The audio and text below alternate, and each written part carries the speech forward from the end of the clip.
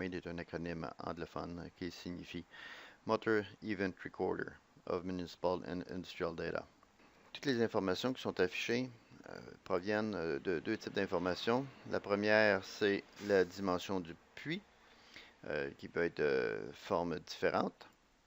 Et également des niveaux entre les niveaux d'opération des pompes.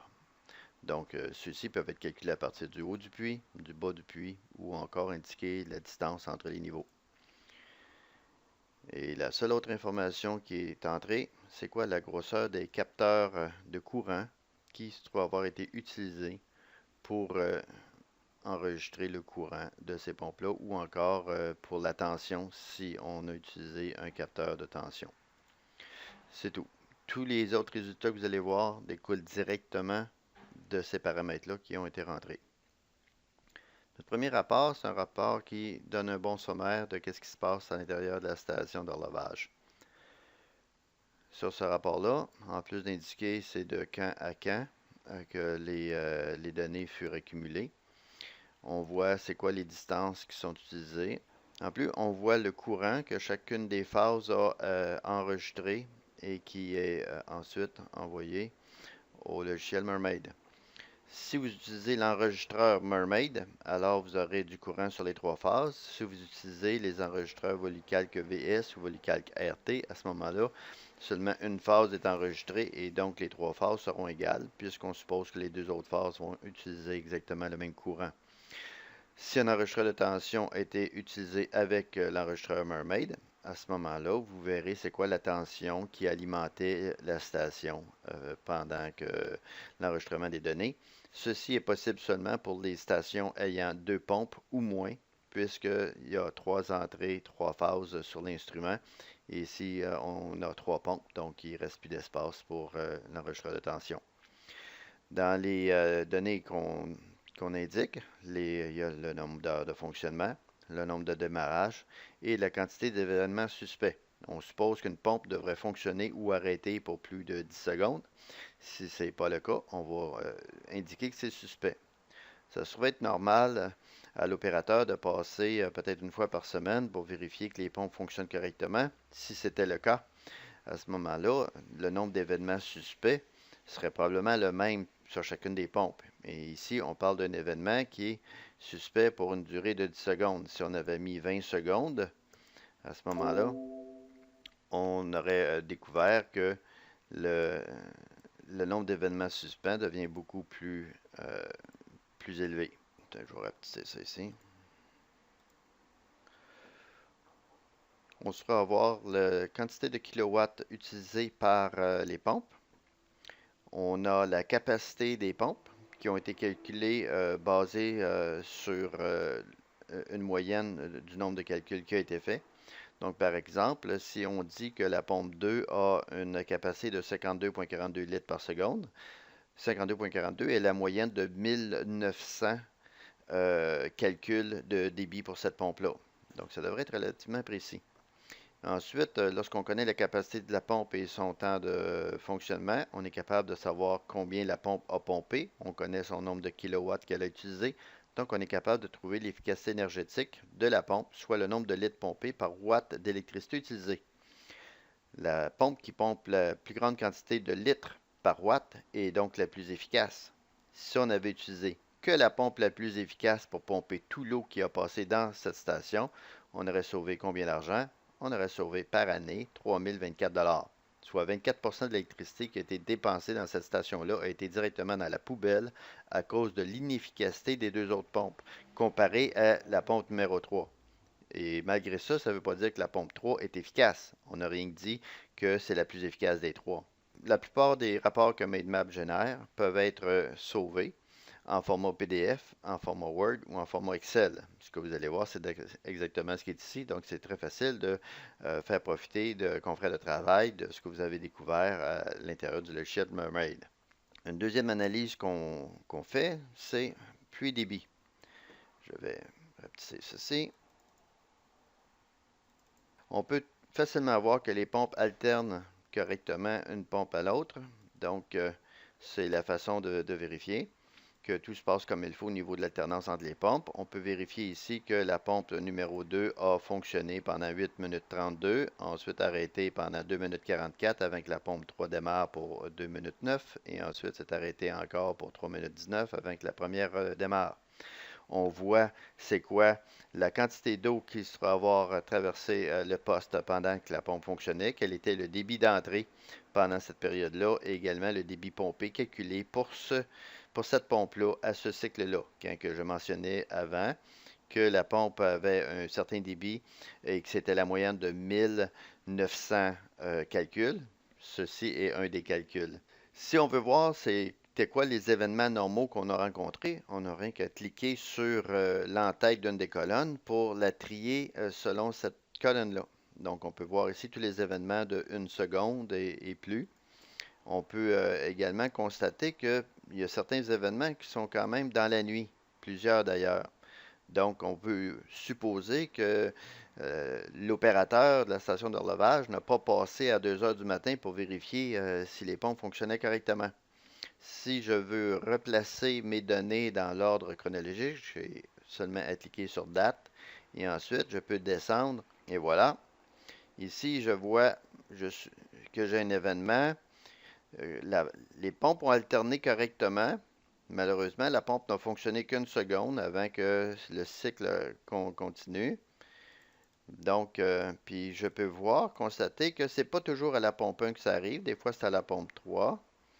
Et encore 3. Toujours dans la nuit, maintenant la pompe 2. Donc, on peut supposer, quand on fait de l'analyse pour faire un diagnostic ici, que c'est probablement le contact qui indique que c'est le temps à la pompe de démarrer qui ne reste pas enclenché, mais que c'est quand même assez long pour que l'alternateur le détecte. Donc, ça semble être un problème semblable. En tout cas, cet outil-là est vraiment pratique pour faire du diagnostic de ce qui se passe dans les stations d'horlogeage. En passant le tiers des stations d'horlogeage sur lesquelles on a installé nos produits, on a détecté des anomalies électriques intermittentes que les opérateurs n'étaient pas au courant de les avoir. Ensuite, si on veut afficher, non pas par événement, mais par unité de temps, on peut aller dans la période et dire, OK, j'aimerais avoir une période d'1 heure par ligne, par exemple, et c'est exactement ce qui va se produire. Donc, on connaît le volume qui a passé pendant l'heure, c'était quoi le débit moyen, le débit entrant maximum pendant cette heure-là, et ensuite, on a des données relatives aux pompes, relatives aux durées de fonctionnement et au nombre de démarrages pour ces pompes-là. Encore une fois, toutes les données peuvent être exportées très facilement sur Excel. On va afficher les débits et infiltrations et on va trouver les journées les plus pluvieuses. Et voilà, la plus pluvieuse, elle est ici. Maintenant, je vais faire disparaître ceci. Et ce qu'on voit à l'intérieur de ce graphique, dans le fond en arrière, c'est le débit moyen des journées sèches. Les journées que je n'ai pas eu de clic sur le pluviomètre. En rouge, c'est le débit actuel de cette journée-là. Ici, en bleu, mauve, c'est la pluie, avec l'échelle de pluie à droite. Et la ligne pointillée, c'est le surplus de débit qui est survenu à cause qu'on avait une journée de pluie. Donc, c'est assez facile de faire des vérifications au niveau de l'infiltration. Si je veux voir qu'est-ce qui se passait maintenant avec mes pompes pendant cette période-là, je vais les trouver une journée plus facile à voir. On peut constater ici, la pompe 3 avait un débit de 101,95 litres par seconde. C'était à cette heure-là. Et on voit que ça alterne correctement, mais on voit que la pompe 3 est beaucoup plus basse tout le temps. La raison pourquoi, malgré que c'est des pompes à vitesse constante, pourquoi que le niveau ou la capacité n'est pas constante, c'est tout simplement parce que l'eau est pompée dans un tuyau sous pression ou plusieurs autres stations d'horlogeage pompent dedans. Et lorsqu'il y a d'autres pompes qui fonctionnent ailleurs, bien, ça affecte directement la capacité de la pompe dans ce puits-ci. Donc, lorsque quelqu'un décide de faire une calibration, une vérification au niveau de la capacité des pompes et décide d'utiliser par la suite ces capacités-là de façon constante, en supposant que les compteurs horaires multipliés par cette capacité-là vont être suffisantes et que c'est un endroit que les pompent à l'intérieur d'un tuyau sous pression, c'est clair que c'est pas la meilleure façon de faire les calculs et ensuite de se faire des statistiques. Si quelqu'un veut avoir cette information-là euh, sur un graphique, à ce moment-là, attends, je vais me prendre une journée. À ce moment-là, la façon de faire, c'est encore une fois de demander un rapport détaillé de cette journée-là. Ça peut être fait pour un mois au complet. Et ce qu'on voit dans ce rapport-là, on voit le graphique de ce qui s'est passé, des capacités de pompe, de l'eau, de la pluie, des journées sèches et des variations qu'on a eues sur les débits. Encore là, c'est possible de réussir à sauver les données sur Excel en format PDF ou dans Word. Au niveau des informations électriques, on peut très bien aller voir ce qui s'est passé au niveau du courant.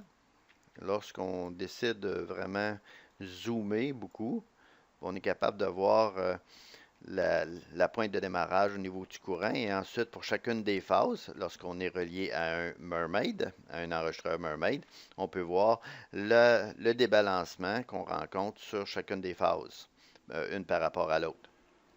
Si on veut voir toutes les pompes alternées, à ce moment-là, ce qu'on fait, c'est qu'on choisit qu'on veut voir tous les courants. Et à ce moment-là, on est capable de voir ce qui se passe au niveau du courant. Il y a d'autres informations qui sont reliées au moteur également et des événements numériques, mais je veux quand même faire cette présentation-là courte. Et pour finir, lorsqu'on fait l'installation d'un Mermaid, à ce moment-là, on peut voir des choses en temps réel. En temps réel, c'est ça que ça a de l'air. Quand que votre ordinateur est directement relié à l'enregistreur Mermaid, on voit le courant qui est tiré par chacune des phases. On voit la tension qui alimente le poste et puis certaines informations reliées à l'enregistreur. Et lorsque les pompes vont arrêter, comme de raison, le courant va baisser. On voit que le courant est débalancé de 5% ici, dans la phase la plus débalancée, qui est la phase en bleu ici, qui est la phase numéro 3. Et on voit également que la tension est débalancée, mais d'à peine 1%, ce qui est tout à fait normal pour la majorité des stations de pompage. Et voici, ceci complète la présentation du logiciel d'analyse de station de lavage Mermaid. Merci.